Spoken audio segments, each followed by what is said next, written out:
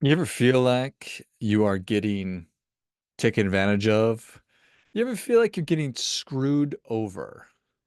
Hmm.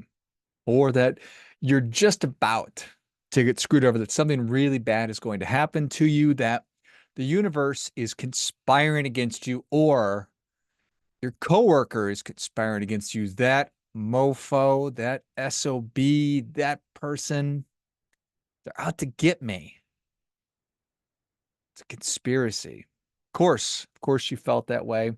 Maybe you feel that way right now. It is a perfectly human thing to do.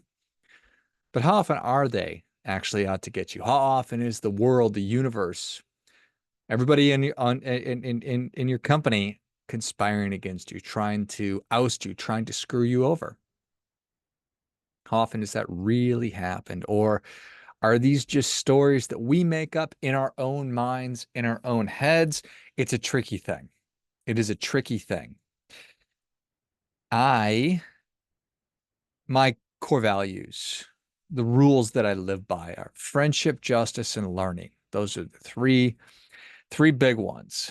And so I try and enter every interaction that I have with the best of intention to make a new friend, to be friendly, to be cordial to people, to develop a relationship. And I know full well that I can't develop relationships or friendships with everybody that I come into contact with, but I certainly can be kind. I can be friendly. Justice, that comes down for me to individual justice. Um, a hard time finding justice for myself or individuals around me, but I have a strong sense of that. So when I see somebody getting screwed over, it really bothers me, particularly when I see people who are not quite as capable as I am. So kids, older people, see them getting taken advantage of, it drives me freaking crazy. Just drives me batty. And then learning, it's something that I try to constantly get better at. Try to evolve my thinking, as I'm sure that you do as well. And so when we go through different circumstances and scenarios in life where we feel like we're getting taken advantage of, when we get through it and we're able to conduct some kind of a post-mortem and say, okay, was I right about this, or did I just create some kind of a story in my mind? And the world wasn't actually out to get me, or maybe it was. Maybe I just got a bad break or bad timing, or who knows? Who knows? So, when in those times that our mind starts racing, you start to wonder, why is this happening? Why is this person doing this to me? What things that, not necessarily happening to me. Let me take a step back. Certainly in our interpersonal lives, in our family lives, our love lives, our business lives, our personal lives, whatever, this happens. And I think that even if we're not experiencing it directly, if we're not involved directly in different circumstances that we see on the news all the time now, because we're aware of all the bad things that are happening instantaneously. And that's just a lot for us to process. I know it's a lot for me to be processing when I had no idea. If I just didn't look at my phone, I wouldn't know about the 50 trillion awful things that were taking place in the world right now. But because I do, and because I look at it, I am. And so that has the effect of sort of rattling that same part of my brain that has a strong sense of justice and wants to help people, that triggers that. It's frustrating, makes me mad, as I'm sure that it does for you as well.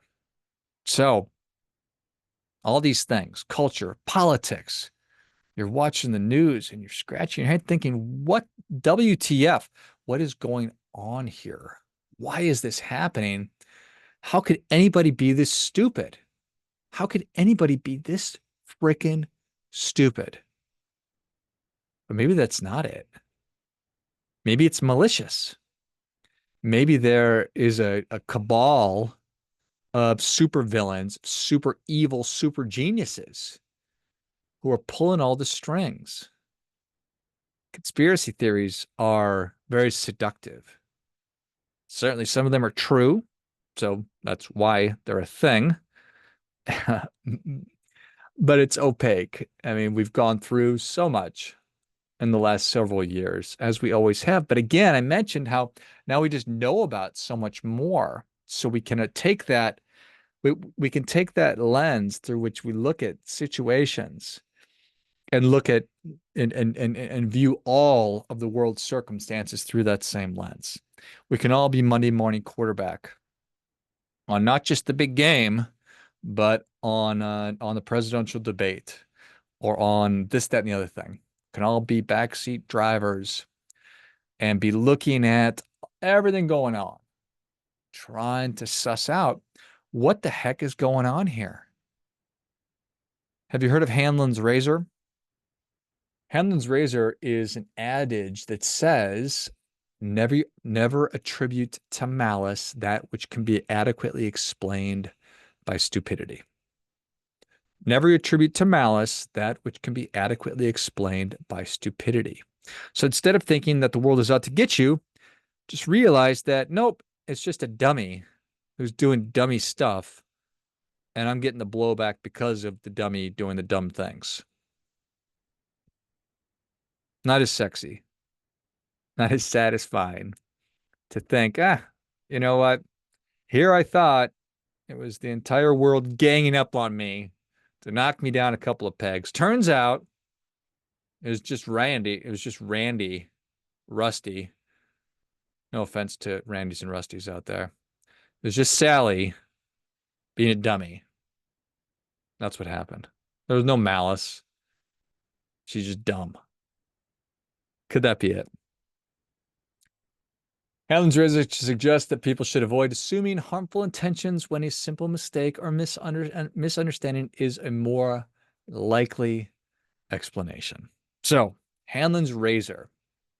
I think that it's a useful tool in thinking through everything that we are going through right now. I'm a huge fan of frameworks. I like to understand. It's like when somebody says, just do it. I'm like, that's not helpful. I don't know how to do it. So I can't just do it.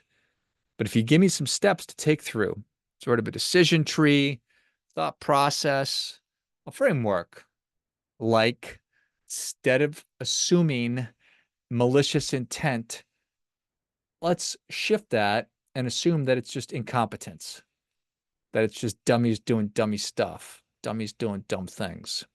Dumb, dumb, dumb, dumb, dumb. Okay. So that's the idea. And it could be helpful. Maybe not at all. You can take it or leave it. But I want to talk about some historical examples, and then I want to talk about some things that have just recently happened, or are currently happening, or whatever.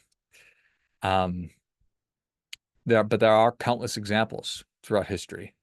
And what we might perceive to be deliberate harmful action could simply be the result of a mistake, a miscommunication, or total incompetence, but not necessarily malevolent action. So in 1854, there was something called the Charge of the Light Brigade. I'm having a hard time speaking. The Charge of the Light Brigade. And this happened during the Crimean War. British forces mistakenly charged directly into a heavily defended Russian artillery position, which led to awful and heavy casualties.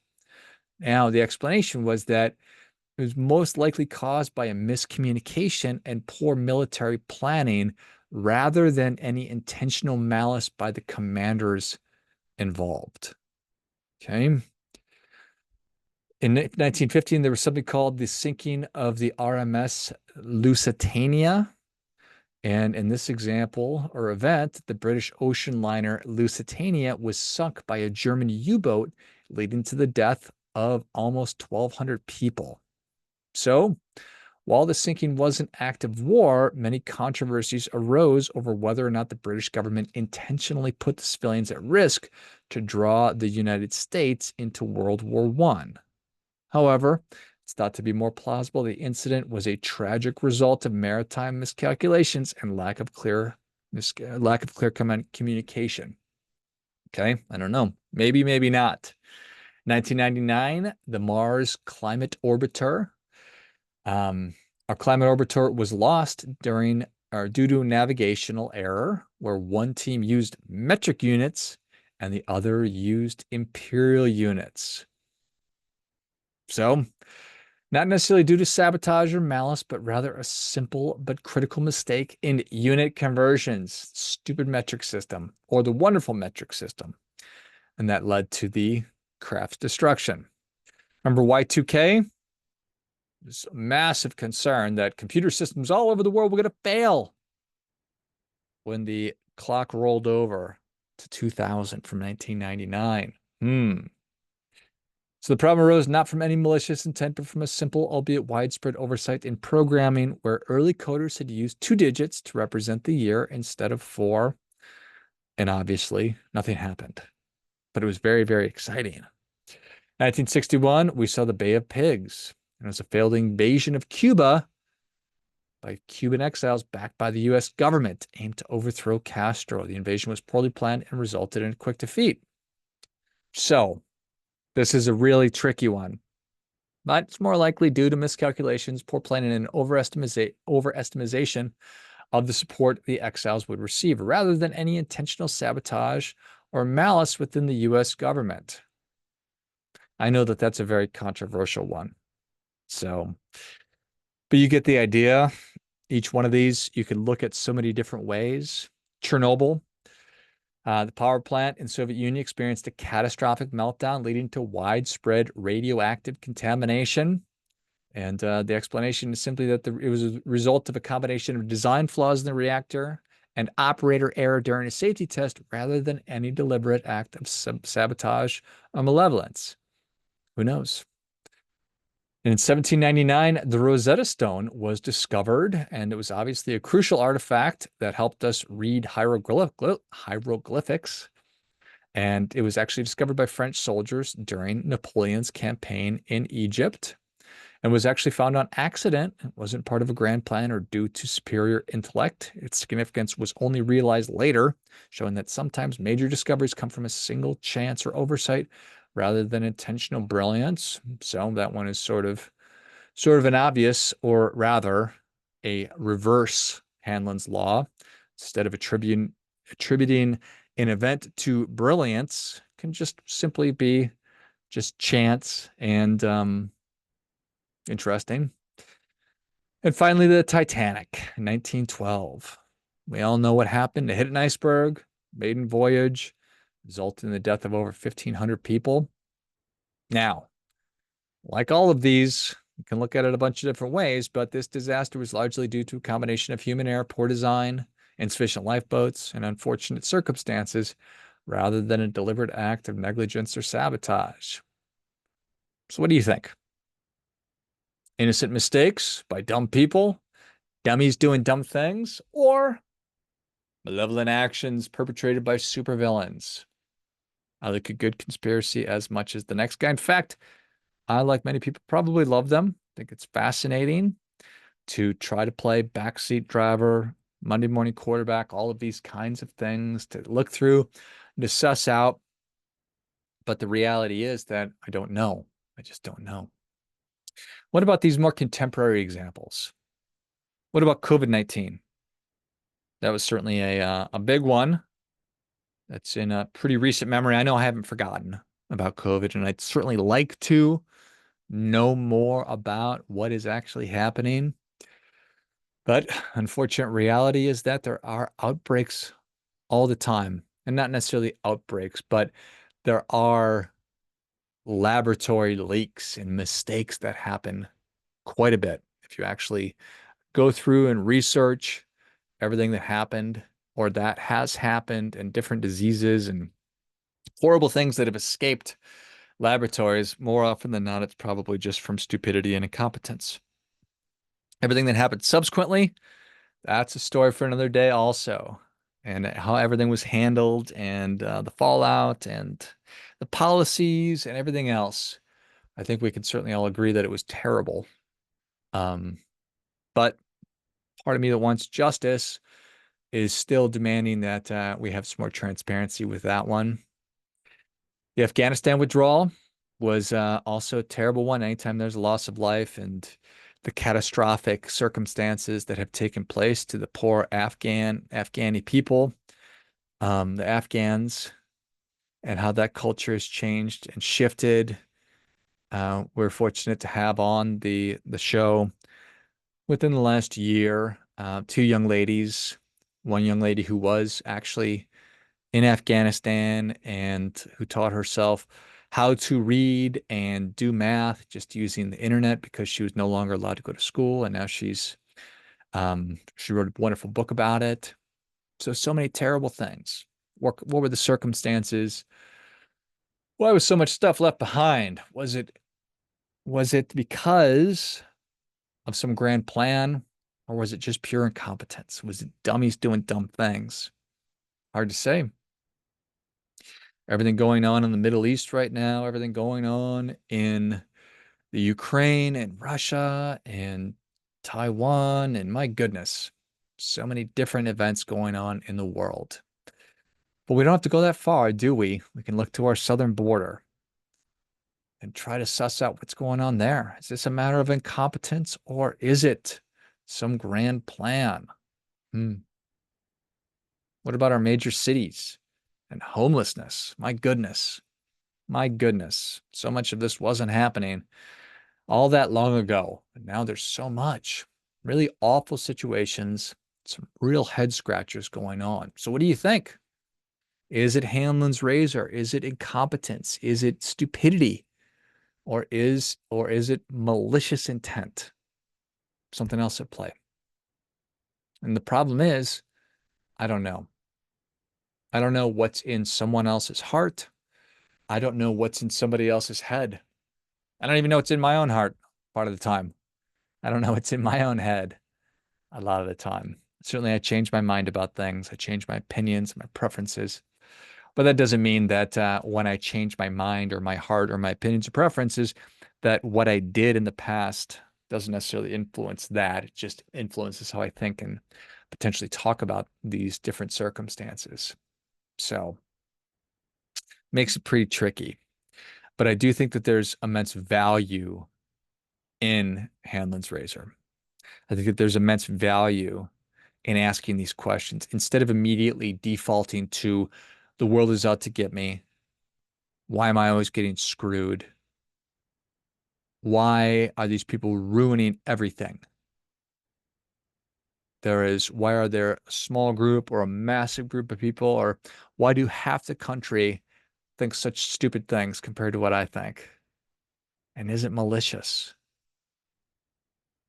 Hmm. I think that all these things are really important. It's okay to make mistakes. It's okay to change our mind. But what's not okay, what I know for sure, definitively I know, it's not okay to lie. It's not okay to cover things up. It's not okay to gaslight people. There's also an awful lot of that going on for sure. So it's okay to make mistakes. It's not okay to lie about them. It's not okay to try to change and rewrite history to serve you, cover up for those mistakes. I think a lot of that is what's leading to a lot of the problems that we're having. It's not okay to mislead people based on your agenda and to try and again reshape history. So, talked about some big events that have happened over the course of time and talk about events that have just happened. And you certainly have your laundry list of things that have happened in your life to you or to loved ones, people that you know that make you scratch your head, make you wonder about this stuff. We experience injustice, negative and bad things in our lives all the time, from conflicts at work to fights with our neighbors and even within our family and our loved ones. I'm a person who I invest myself in everything that I do, you know, try to go all in on all the things that are of the greatest importance to me. Doesn't mean I succeed all the time. I'm not perfect at any of this stuff. I'm just trying to. When I put my name on something, I put my heart into it as well. So it's hard for me to embrace and accept Hanlon's law just because of how I'm wired and how I do invest myself. But I'm super fallible. And more often than not, I recognize that my perceived enemies slash adversaries, they're also not the brightest folks. And that's probably true for you also. The people that you're in conflict with, the people that you feel like are screwing you over, I bet that they're not the brightest folks either. I bet that we're giving them way too much credit. We're giving them too much competence. And they've also got a lot going on, same as you and I. And they may not even be aware of the affront that they've caused you, the affront that they've made against me. But what if? What if Judy at work, Joey at work is an evil super genius hell bent on your destruction? I just hope that doesn't happen. I hope that doesn't happen. And I hope that they're just a dummy and that this too shall pass. What I know for sure is this, is that we are a lot more alike than we are different. Even if people are dumb, still probably pretty similar. We're all flawed. And that's a feature of humanity more so than it is a bug. And I work hard to give others grace, even though it goes against my nature. But I work hard at it. I try. I try so hard. And other times I don't. Other times I just say, F it, F that guy, F that gal, and move on. Sometimes you just got to let it go. Take the loss, take the win, whatever. Keep things moving along. I think that we're all well served doing that every once in a while also. But it would sure be great if people weren't such dummies. And it'd be great if all of us did our part by doing our best.